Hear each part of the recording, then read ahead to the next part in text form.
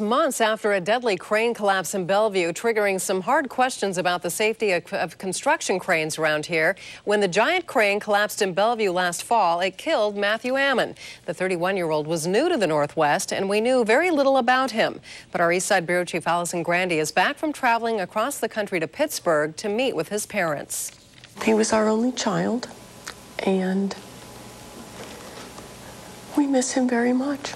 Kathy Gaberson's son, Matthew Ammon, was inside his fourth-floor apartment in Bellevue when the crane collapsed. Part of the crane fell on the building and crushed Matthew under the debris. Ammon was 31 years old, an attorney who moved to the Northwest for his dream job at Microsoft. His parents say he focused on the future. In an instant, he was dead. We are grief-stricken. We are heartbroken. We've lost our son, our only child. And it's not about being angry. It's about missing him. The sad part is he's not going to be able to experience everything that lay before him. Ammon told his parents he had hopes of getting married, having children. His father, Larry Ammon, lives in New York State. He looked forward to sharing more time with his son. I always sort of expected, to be doing more with him in the years ahead.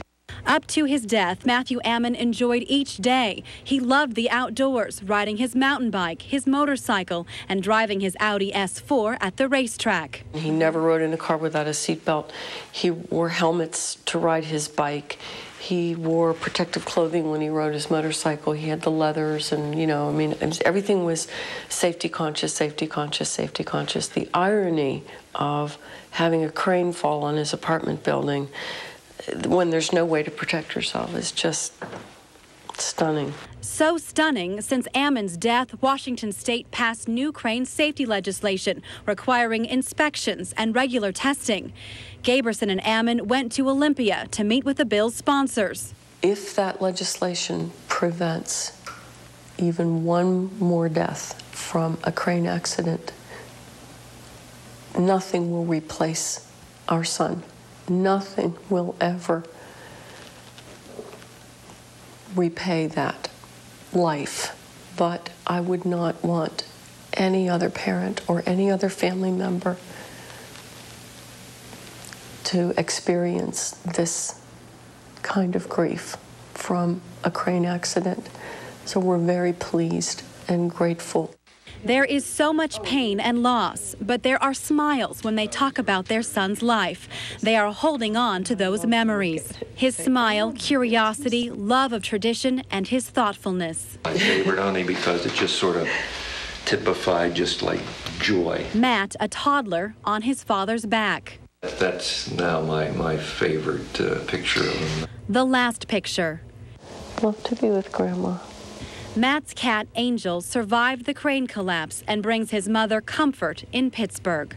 And then this one is the last Mother's Day card I ever got from him. This Mother's Day will be hard to face. Kathy Gaberson visits her son's grave near her home regularly. Every time I approach his grave, I think it catches my breath, it takes my breath away, and I think this is not supposed to be happening.